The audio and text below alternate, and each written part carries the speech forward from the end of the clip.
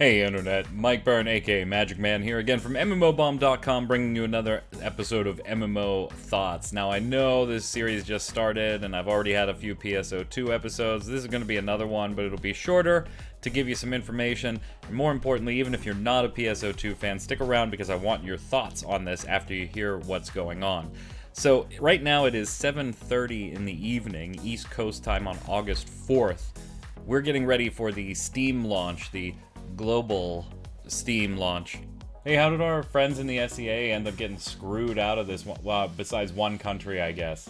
Which releases tomorrow on Steam, August 5th. And today we've got a very important piece of information, 24 hours before this launch, that really I feel like should have come out a few days ago. How was this important information not a preload? There is no preload yet. We're all familiar with linking accounts for cross-platform games. So you sign into your Epic account, for example, and you tell it what PlayStation Network account you play on, what Xbox Gold membership account you play on, and boom, boom, boom. It's all linked for you. And you're going to be able to link accounts here with Phantasy Star Online, but in a really, really ass-backwards way. It's not through the website. If you screw this up, you may not be able to fix it. So make sure you pay attention. If you're going to play on Steam and you've never played on any other platform before and you don't really have any intention of playing on another platform, you're fine. Load up Steam, download it, boom, go, create your account, have fun. If you've played on Xbox or Microsoft Store via PC platform and you don't intend to roll your progress so that you can play that same account on Steam, you're also fine. Load up Steam, start your new account, and be fine. But if you're like me, and you have played on either the Xbox One or the Microsoft Store account PC version of the game, and you want that progress carried over onto Steam so you can play on either platform, you have to do this carefully. Download the Steam client. Do not create a player ID or a character yet. Log into your primary account, whether that's on the Xbox One or on the Microsoft Store. Boot up the game.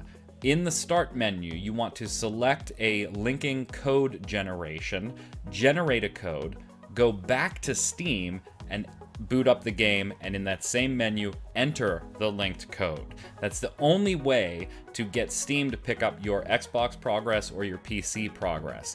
Now this is a mess because it creates a couple of different scenarios. It's not so bad for somebody like me who gave up on the Microsoft Store platform version with all of its issues a little while ago. I've been playing on the Xbox One. I still play on the Xbox One. I'll boot it up here tomorrow morning, grab my code after I've installed Steam and put it on there. Install Steam first because the code's only good for 15 minutes. But for those of you that have played on the Microsoft Store, this is kind of a mess.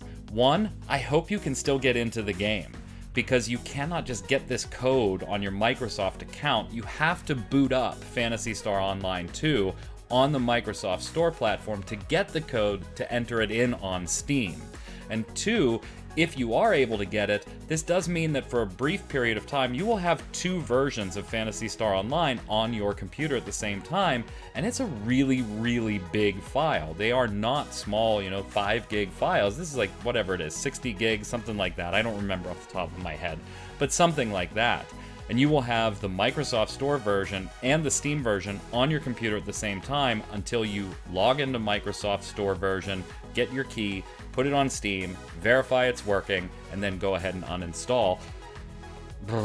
If it works, uninstall the Microsoft Store version of the client. So it's a bit of a mess. If you end up creating a character or an account on the Steam version before you do this, it's irreversible, by the way. You cannot unlink it. Now, in the future, you can unlink secondary accounts, but you can never unlink your primary. So while I can add Steam to my existing Xbox One account and I can remove Steam later, I can never remove Xbox One from my account, since that's where my primary account is. This is also going to be the same in the future if you start on Steam tomorrow and for some reason 10 months down the road you maybe want to load it on your Xbox One and play there too. You'll just do the reverse. Go to Steam, get your code, and put it on the Xbox One. So it's kind of a mess. I hate the process. And so here's that being important for PSO2 players to know before they boot up tomorrow. This is where I want your opinion on it. One, what do you think of this process? I think it's a mess.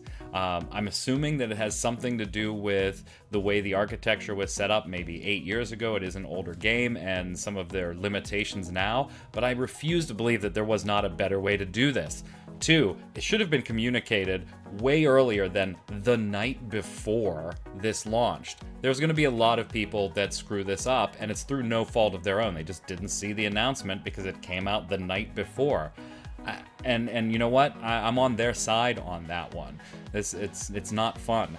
2, if you don't have it on the Microsoft Store right now because you got sick of it and you figured you'd wait for Steam, but you would like to pick up your progress, this is a huge inconvenience to get it downloaded and installed from Microsoft, if you can even get it working, and then go to Steam and download it again just to move this code to unload the Microsoft version from your computer. It's a nightmare. I don't like it. I think it's ridiculous, and I'd like to know your opinion on this process. But more importantly, with all of these snafus that seem to be happening with PSO2 and the launch of New Genesis next year, I've got to wonder, even as a diehard fan, what does this really mean for how well PSO2 is going to be received and do long term? It just seems like every step is either ass backwards or it doesn't work and has huge issues. So let me know your thoughts in the comments below. And until next time, stay safe, and I'll see you on the servers.